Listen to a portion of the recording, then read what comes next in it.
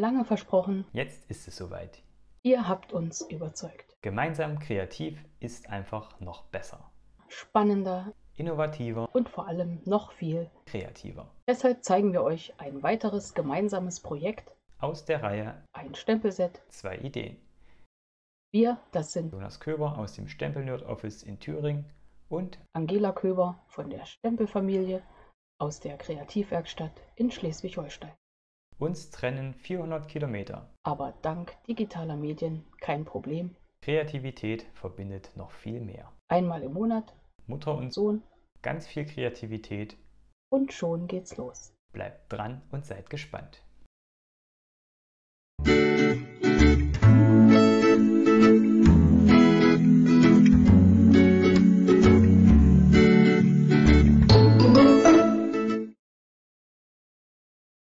Ein Stempelset, 2 Ideen. Unser erstes gemeinsames Projekt gestalten wir mit dem Stempelset Count on Me. Bei mir gibt es eine Pop-up-Panel-Card zu sehen und bei Jonas, dem Stempelnerd, eine Wasserfallkarte. Hallo und herzlich willkommen in meiner Kreativwerkstatt. Ich bin Angela von der Stempelfamilie und ich bin unabhängige Stampin'-Up-Demonstratorin. Und wir halten uns auch wieder gar nicht lange auf. Ich zeige dir jetzt meine Karte und am Ende empfehle ich dir, schau unbedingt beim Stempelnerd vorbei und schau dir seine Wasserfallkarte an. Was brauchst du für diese coole Pop-up-Panel-Card? Du brauchst eine Grundkarte in den Maßen 21 x 14,8 cm. Eine Mattung habe ich verwendet in den Maßen 14,3 x 10,0 cm. Ein Designerpapier als Auflage in den Maßen 9,5 x 13,8 cm. Für innen 2 Auflagen aus Designerpapier in den Maßen 10 x 14,3 cm.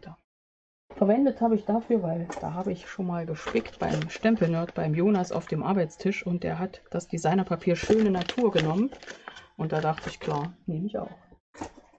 So, das ist das eine, was du brauchst und dann brauchst du für den Mechanismus einen Streifen. Ich habe hier Savanne genommen in den Maßen, gleich fällt was, genau, 18 x 4 cm und einen breiteren Streifen in den Maßen 6 x 24 cm. Außerdem kleine Auflagen, da hast du jetzt 2 Möglichkeiten. Entweder arbeitest du gleich in Weiß, Rundweiß genommen, zugeschnitten in 5,5 x 5,5 cm 4 Felder. Oder du nimmst, wie ich jetzt für heute geplant habe, eine Mattung in 5,5 x 5,5, 4 Stück. Und dann brauchst du natürlich noch weiße Auflagen zum Bestempeln in den Maßen 5 x 5 cm, auch 4 Stück. Da kannst du variieren, siehst du hier, ohne Mattung. Da fand ich die Farbe, das passt schon ganz gut. Das ist ein Celadon-Farbton, genau. Ja, aber heute denke ich, zeige ich das mal so. Ja, womit starten wir? Am besten gleich mal mit der Grundkarte. Und da klebe ich schon mal mein Designerpapier hier vorne drauf. Und denke mir, ich nehme gleich noch ein Bändchen, was ich auch noch mit platziere. Bisschen Deko ist ja immer schön. Bling Bling kann man auch mal machen. Ich glaube, der Stempelnerd hat auch Bling Bling genommen. Da muss ich ja in jedem Fall gleich ziehen. So, nehme also hier ein Bändchen. In dem Fall ist das Espresso. Drehe ich um. Nehme hinten nochmal das doppelseitige Abreißklebeband und klebe gleich die Enden fest. Ja, je nachdem, wie viel Band du übrig hast. Ich mache das so. Klappe das um und dann sieht das außen drauf wie drum gebunden. Genau. Und dann klebe ich das Ganze fest und da variiere ich jetzt mal, gehe auf Flüssigkleber. Aus hier.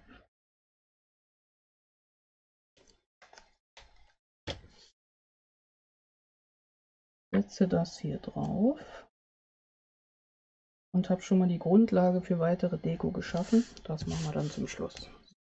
Ist relativ gerade, dann nehme ich mir meine Faltkarte. Heißt ja Faltkarte, also falte ich sie auch und setze das hier vorne drauf.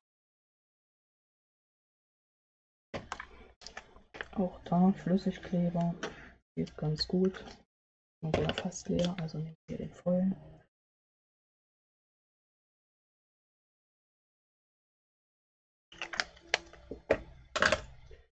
Und das Ganze hier schön draufgesetzt. Wieder die Mattung ringsrum ausmitteln. Und dann haben wir außen schon. Macht ausmitteln und macht es nicht, doch. Auf und innen rein kommen meine zwei Designerpapiere. Ich finde, die passen ganz gut. Klebetricks arbeiten, zwei gleiche Flächen. Da kann ich wunderbar die eine Seite auf die andere Seite legen und gleichzeitig kleben, einmal kurz andrücken und dann aber schnell wieder auseinanderziehen und hier schön reinsetzen, wieder die Mattung beachten. Mattung beachten heißt, dass reihum überall gleich viel Weißes in dem Fall zu sehen ist. So, ganz gut. Wunderprima. Das ist ein schönes Papier, finde ich. Das gefällt mir ja schon wieder richtig gut. Außen drauf machen wir zum Schluss. Beschlossen. Ja, was brauchen wir jetzt? Mechanismus. Okay, wir haben einmal das Stück in den 4 x 18 cm und da brauche ich erstmal mittige Falzlinien. Also von hier die Mitte ist 2, also lege ich das hier gerade rein und ziehe eine Falzlinie bei 2 cm. Und dann von 18 die Mitte ist 9, die nächste Falzlinie. Tatsache, haut auch hin, ich falze schon mal. Dann nehme ich mir mein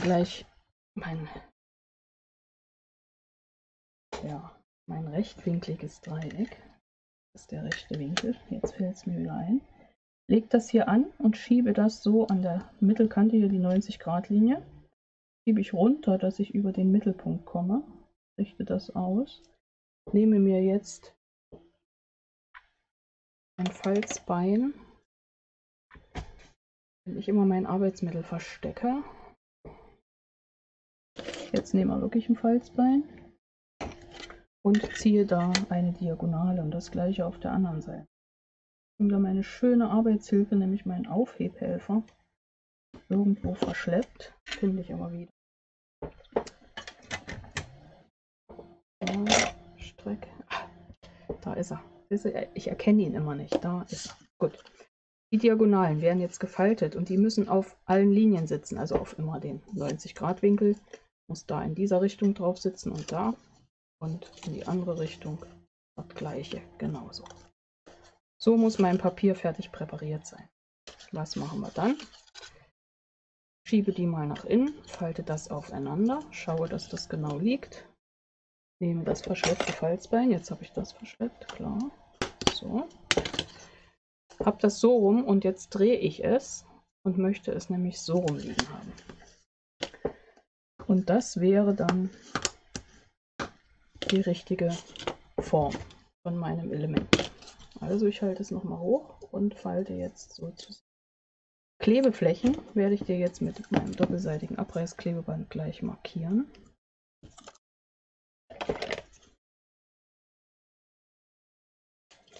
Und zwar klebe ich hier so mit den richtigen Schrägen mein Band auf und setze immer wieder die Schrägen an. Weniger schneiden. Genau an die Kante gut andrücken. Und das gleiche mache ich auf der Rückseite auch, nämlich hier.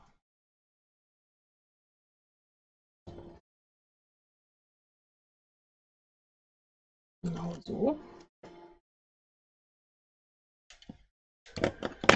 Und die andere Schräge wieder dran. Und dann ist das Element fast fertig präpariert, aber noch nicht ganz. Wir brauchen noch mehr Klebeflächen. Also so schaut es aus. Auf dieser Seite setze ich jetzt hier drüben 2 Klebeelemente drauf. So. Und jetzt drehe ich es einmal komplett um. Jetzt ist es wieder leer. Die anderen Klebeelemente zur Kontrolle sitzen da. Und die nächsten beiden setze ich hier drauf. So. Fertig, legen wir beiseite. Jetzt nehme ich nochmal meinen Papierschneider und lege Falzlinien an. Das Element 6 x 24 cm braucht bei jeweils 6 cm eine Falzlinie, also bei 6 schiebe weiter auf 12 cm und einmal das Beinchen raus auf 18 cm und dann bleiben noch 6 über 24. Wenn das richtig zugeschnitten ist, dann würde das jetzt perfekt passen. Aufeinander falzen. So. Falzbein. Und Seite zurück. Und die andere Seite zurück. Fertig. Hier kommen gleich, kann ich auch schon draufsetzen, meine Mattungen drauf.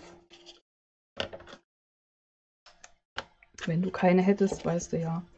Das Weiße würde ich erst draufkleben, also nach der 5. Karte, sage ich mal, kann da nichts mehr schief gehen. Aber ansonsten würde ich die weißen Flächen, die bestempelten Flächen, gerade wenn sie auch Text hätten oder Motive, die einfach richtig rumstehen müssen, erst aufkleben, wenn ich das Ganze ineinander gebaut habe. Wenn mein Mechanismus drin fest sitzt. Dann schieben, schön nach gleicher Wand. Und weiter geht das.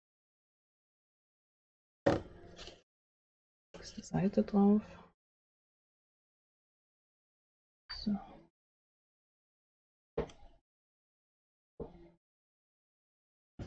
Nicht schief und nicht zu früh andrücken, merke ich gerade, dass es schön gerade wird. So, das haben wir jetzt. Jetzt falten wir es so um, dass die Mitte oben sitzt. Also hier ist die Bergfalte und da die Talfalten und setzen das Ganze schön zusammen. Der Mechanismus wird gleich hier reingeklebt, aber vorher kleben wir das Ganze in die Karte. Das läuft wie folgt. Ich mache das auf. Jetzt kommt noch ein entscheidender Schritt. Ich schneide hier die Spitze ab. Zwar in etwa so viel. Schau hier so, dass so ein quadratisches Loch da in der Mitte entsteht. Wichtig ist, dass die Spitze weg ist und man dann gut falten kann. Das wird gleich hier reingeklebt. Nochmal prüfen, dass hier alles richtig geht. Hier ist das Dreieck, auf der Rückseite ist das Dreieck und hier sind die beiden Klebeflächen. Okay, dann ziehe ich jetzt hier unten ab und entweder Messing oder wie auch immer, versuche das mittelig zu sehen.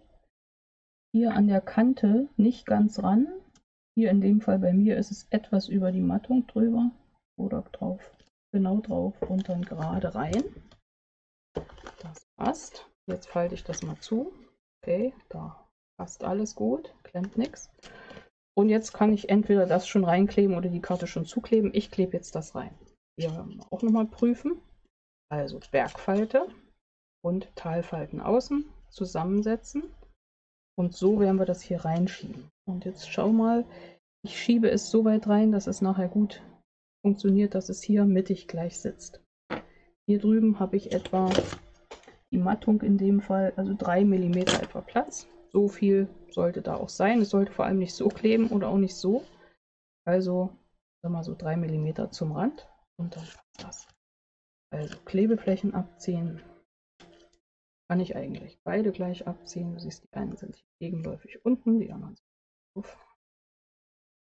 Und dann schiebe ich mein Mittelelement, Bergfalte zu mir, Talfalten außen, hier jetzt rein und bevor ich andrücke, vermittle ich alles, was man irgendwie vermitteln kann und drücke jetzt an.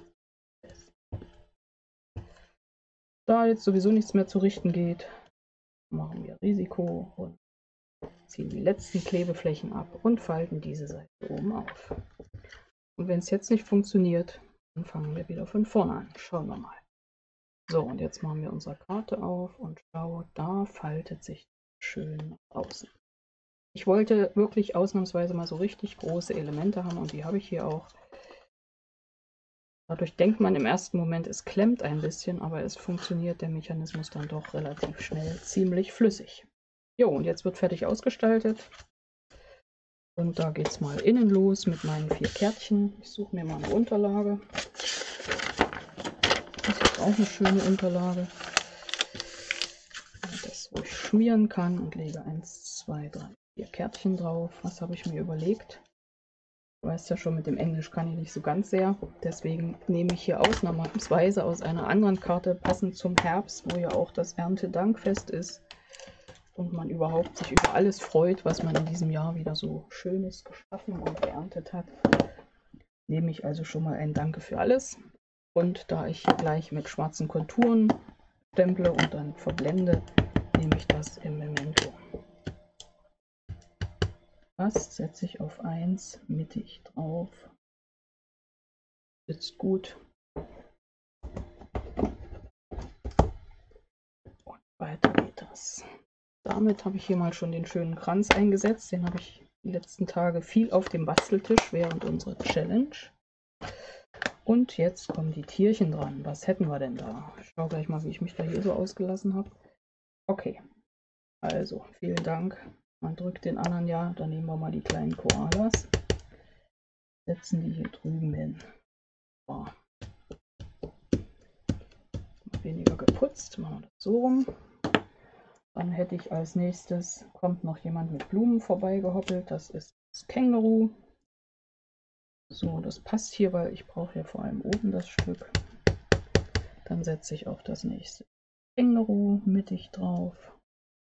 Auch gut. Schön abstempeln. Ja, das könnte noch. Ich glaube, ich mache das mal anders. Ich nehme jetzt hier noch den tollen Bären. Den finde ich ja wirklich ganz cool. Setze den Bären mit dem Herzen hier drüben drauf. Und dann innen nur gut anordnen. Da sitzt der Bär mit dem Herzen. So, und dann habe ich gesehen, Pinterest, Instagram, wo auch immer, ich weiß natürlich nicht mehr wo, aber es war auch nicht einer nur oder nur eine, dass man dem Bären so schön was anziehen kann. Ich glaube, das mache ich auch, falls mein Stift hier ist. Also einen hier. Gucken, ist das der richtige? Ist der richtige? Dann würde ich sagen, ziehe ich dem Bärchen doch mal ein Kittelchen an. Und zwar male ich jetzt hier oben so ein Höschen und da unten kommt das restliche Höschen. Und dann passt das schon. Also das Bärchen wird gleich bekleidet. Und nun wird noch ein bisschen durchdekoriert. Auf das Danke für alle setze ich mal diese kräftigen Piepmätze drauf. Die finde ich auch sehr lustig. Und zwar sitzt da einer hier oben so mit seinem langen Schnabel gerade so. So.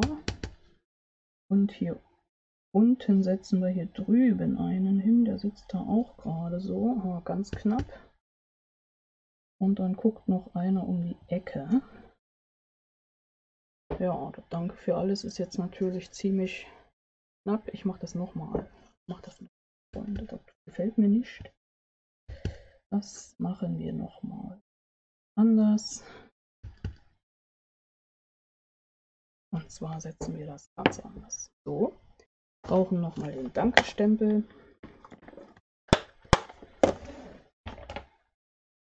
Ja, das ist ja jetzt hier so ein bisschen Spielekram, weil ausgestalten kann ja jeder wirklich so, wie er möchte. Da sitzt das Danke für alles, das passt auch gut.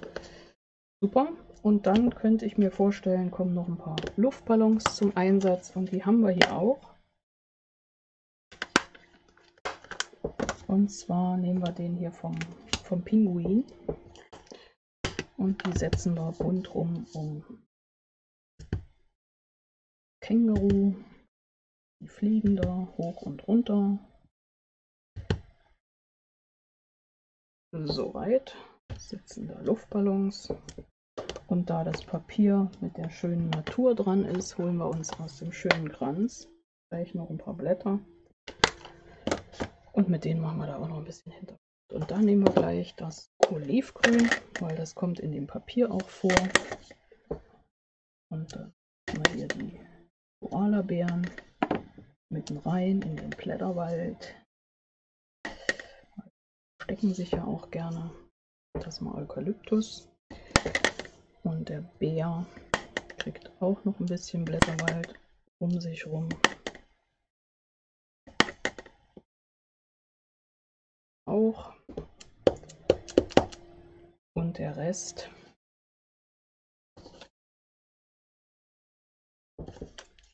bleibt so, aber die Piepnetze setze ich noch mit meinem Schwarzstift, den ich wieder verschleppt habe.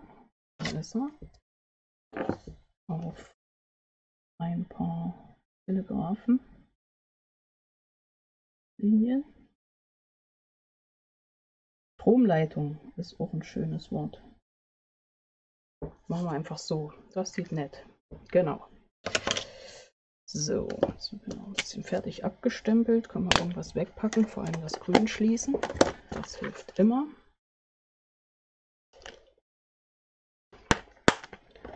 Das ist gut. Und jetzt wird noch koloriert. Die Stampin' Blends habe ich hier in meinem Regal hängen. Da gehen wir in jedem Fall ein bisschen Olivgrün nehmen. Da fliegen die Luftballons wahrscheinlich mal in der Farbe. Das muss wieder gar nicht so ganz flächig gemalt werden. Hauptsache, wir haben es. Und das Grün hier. Und dann nehmen wir das Chili. Wir haben ja immer hell und dunkel. Ich fange meistens mit dem Dunkel zuerst an.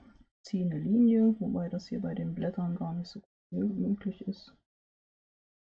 Und nehme dann das Helle nochmal zum Übermalen.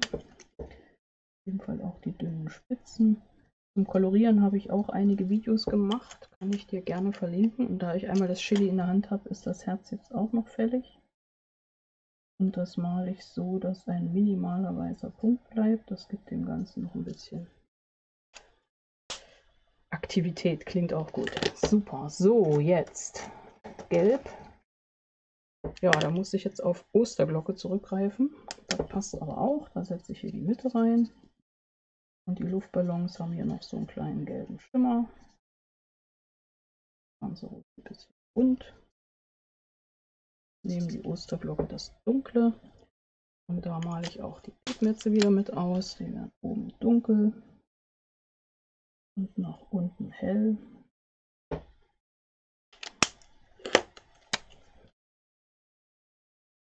Schön die Kanten übermalen. Ja.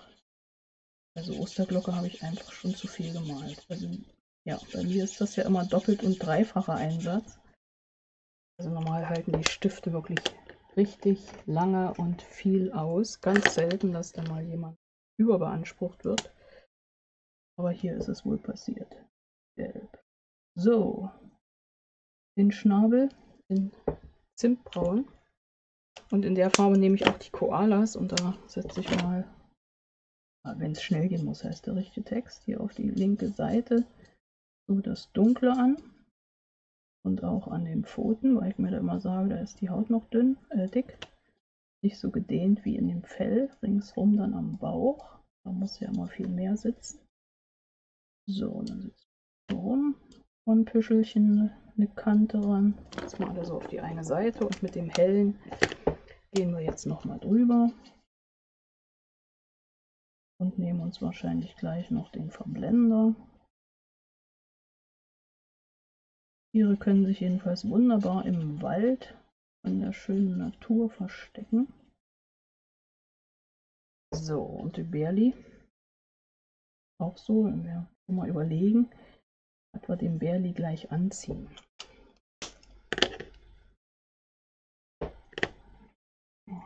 Schauen wir mal, ob wir mit Wildleder hell hier auch noch was hinbringen. Naja, so ganz hell ist es nicht, aber fürs Bärli passt es.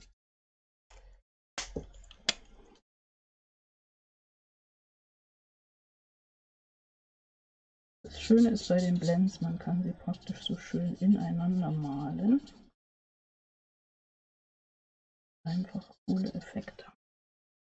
Ja, schon entschieden, was wir dem Bär für ein Höschen anziehen.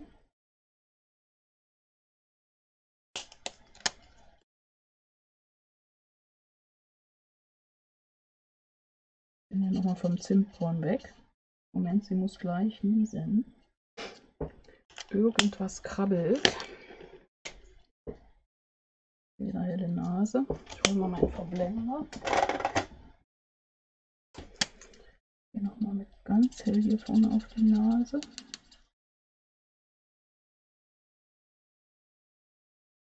So.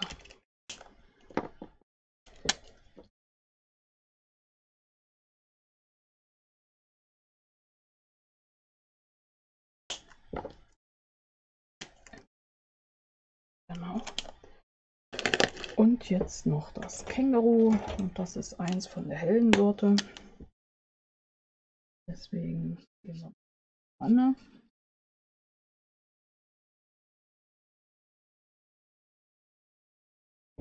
So, ich habe kurz überlegt, ob ich am Hintergrund noch was arbeite, aber dann ist mir aufgefallen,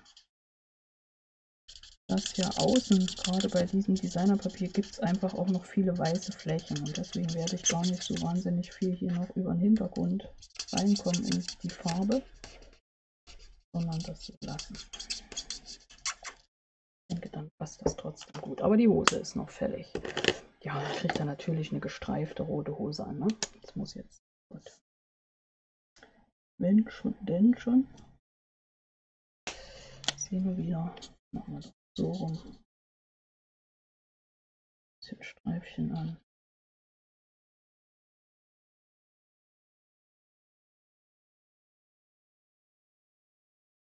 Ich weiß nicht, wer es erfunden hat. Es ist jedenfalls eine coole Sache, Bären anzuziehen. So, das war jetzt meine Verblendung. Ja, wahrscheinlich völlig verblendet hier. So, wie legen wir sie hin? So, und jetzt kommt die Karte. Wieder die Sache mit dem Klebstoff. Was haben wir hier? Warum nehme ich hier Flüssigkleber? Weil da kann ich das besser rücken. Wieder zwei Felder gegeneinander. Schön Klebstoff verteilen, abziehen, aufkleben. Känguru bringt die Luftballons. Das Bärchen bringt ein Herzchen.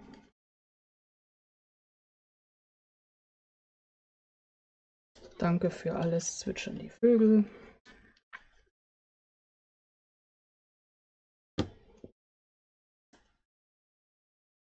Und die Koalas, du denkst es dir, bringen die Emotionen. Die Umarmung bei der Karte. Danke. So. Nochmal alles schön festigen. Es ist ziemlich witzig, wie die Tierchen da im Gras, in dem Blätterwald sitzen. Jetzt wird zugefaltet, dann ist es zu und auf, zu. Also erstmal sieht alles wie Natur aus und dann drin mal eine Serie Tiere. Und jetzt wird hier draußen mal fertig dekoriert. Jetzt schaue ich mal, was ich noch hier habe. Ich habe hier noch ein Stück von dem braunen Fädchen. Da werde ich einfach mal ein Knötchen machen. Und links und rechts abschneiden. Wir müssen es ja mal nicht übertreiben. Dann nehmen wir wahrscheinlich nicht, weil haben wir versteckt. Meine Glue Dots sind gerade abhanden gekommen. Moment.